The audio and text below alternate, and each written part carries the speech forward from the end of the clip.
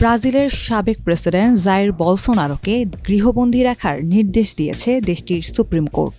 সামাজিক যোগাযোগ মাধ্যম ব্যবহারের নিষেধাজ্ঞা অমান্য করার অভিযোগে ৪ আগস্ট বলসোনারোর বিরুদ্ধে এই আদেশ দেওয়া হয়েছে। এর ফলে আরও তীব্র রূপ নিল বলসোনারো ও দেশটির বিচার ব্যবস্থার মধ্যে চলমান টানাপোড়েনের।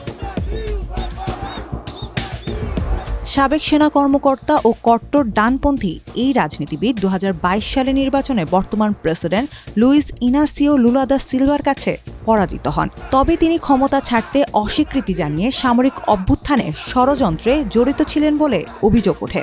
এ নিয়ে তার বিরুদ্ধে বর্তমানে বিচার চলছে।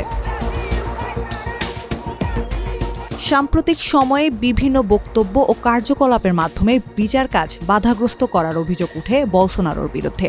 এর জবাবে আদালতের আদেশে গত জুলাই মাসে তার পায়ে ইলেকট্রিক কড়া পরানোর নির্দেশ দেওয়া হয়। এছাড়া তার ছেলে এডুয়ার্দো বলসোনারো ও রাজনৈতিক মিত্রদের অনলাইনে উস্কানিমূলক বক্তব্য দেওয়ার ব্যাপারে সতর্ক করা হয়। জনগণের উদ্দেশ্যে দেওয়া উস্কানিমূলক ভাষণ অনলাইনে প্রচারের ব্যাপারে তৃতীয় পক্ষের উপরও নিষেধাজ্ঞা আরোপ করা হয়। এরপর ৩ আগস্ট ব্রাজিলের বিভিন্ন শহরে বলসোনারোর প্রতি সংহতি জানিয়ে সমাবেশ হয়। এর মধ্যে রিও ডি জেনেরিওতে আয়োজিত এক সমাবেশে তার ছেলে বলসোনারোর সঙ্গে একটি ফোনালাপ সরাসরি সম্প্রচার করেন, যা আদালতের নিষেধাজ্ঞার সুস্পষ্ট লঙ্ঘন বলে গণ্য হয়।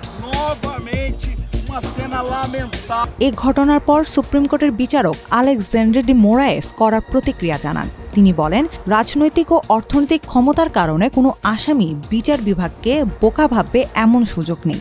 এরপরে তিনি বলসোনারোকে রাজধানীর ব্রাসিলিয়ার নিজ বাড়িতে গৃহবন্দী রাখার নির্দেশ দেন। এ আদেশ অনুযায়ী তিনি আইনজীবী ছাড়া অন্য কারোর সঙ্গে দেখা করতে পারবেন না এবং মুঠোফোনও ব্যবহার করতে পারবেন না। এই সিদ্ধান্ত যুক্তরাষ্ট্রে তীব্র প্রতিক্রিয়া সৃষ্টি করতে পারে বলে মনে করা হচ্ছে। সাবেক সেনা কর্মকর্তা বলসোনারো মার্কিন প্রেসিডেন্ট ডোনাল্ড ট্রাম্পের একজন মিত্র। ইতোমধ্যে মার্কিন প্রেসিডেন্ট ডোনাল্ড ট্রাম্প বলসোনারোর বিচারের বিষয়টিকে বিরোধী দমন হিসেবে অভিহিত করে ব্রাজিলের উপর উচ্চ হারে শুল্ক আরোপ করেছেন। পাশাপাশি তিনি সুপ্রিম কোর্টের বিচারক আলেক্সান্দ্রে ডি মোরায়েসের উপর নিষেধাজ্ঞা আরোপের কথাও জানিয়েছেন।